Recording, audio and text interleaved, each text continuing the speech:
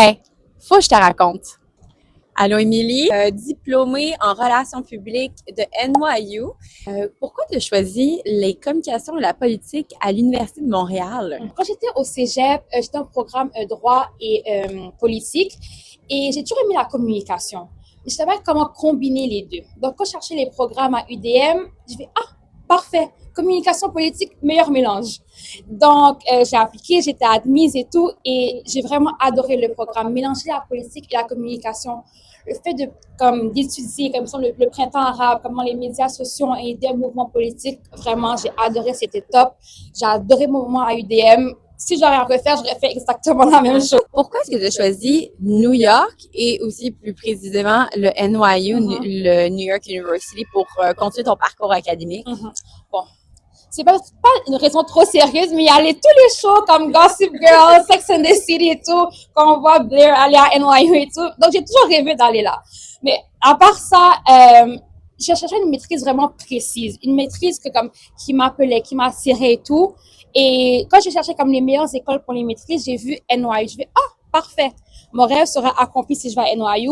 Et tout le programme, tous les cours, comme des réseaux sociaux, de l'écriture, media relations, j'ai vraiment adoré. C'était juste parfait.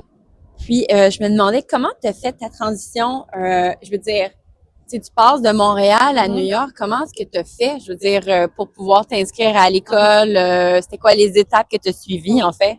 Bon, c'était un petit peu plus dur, c'est un peu beaucoup de paperasse, comme il y a l'examen d'anglais TOEFL. Comme oui, j'ai fait l'anglais au secondaire, au cégep, à l'uni et tout, mais c'est pas reconnu aux États-Unis parce que c'est pas la langue maternelle pour eux, vous voyez.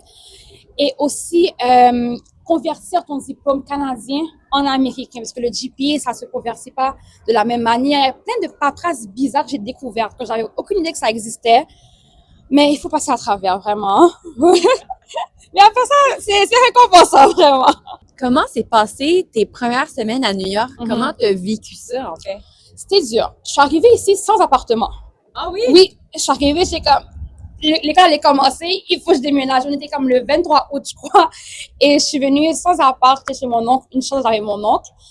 Mais c'était vraiment dur. Comme c'était difficile de s'adapter au rythme de la vie. C'est vraiment, vraiment rapide. Comme, oui, Montréal, c'est grand, c'est une grande ville, mais c'est pas aussi grand que New York. Donc, je suis un peu perdue. Tu vois, les métros sont différents, les gens sont différents. Même la réponse, tu sais, on dit que les Canadiens sont vraiment chaleureux et tout.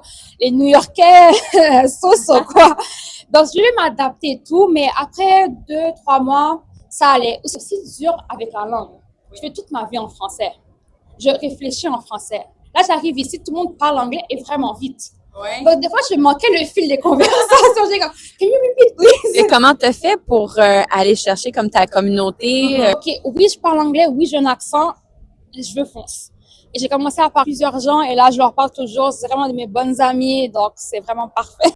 Comment tu vois la différence académique entre Montréal et NYU, en fait?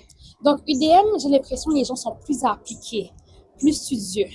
Et aussi, comme, il y a une sorte d'épanouissement que je trouvais pas à NYU dans un sens. Tu vois, comme, il y avait un esprit de communauté, dans le sens que tu vas à UDM, tu vois tout le monde comme, oh, allô, ça va, tu connais tout le monde. Tu descends à métro Côte-des-Neiges, tout le monde se suit en queue leu et tout pour entrer à UDM et tout, comme, les matchs de foot.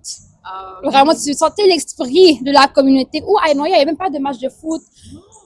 Comme personne n'assistait à ce genre de match-là, mais à UDM, tu trouvais l'esprit de communauté. Je me demandais, en fait, si tu avais des conseils pour des gens qui voudraient faire le saut Montréal, New York, qu'est-ce que tu leur dirais? Premier conseil, suivez vos rêves. Si ton rêve, c'est de venir à New York, aller à NYU, Columbia ou whatever it is, allez-y, comme personne ne vous retient.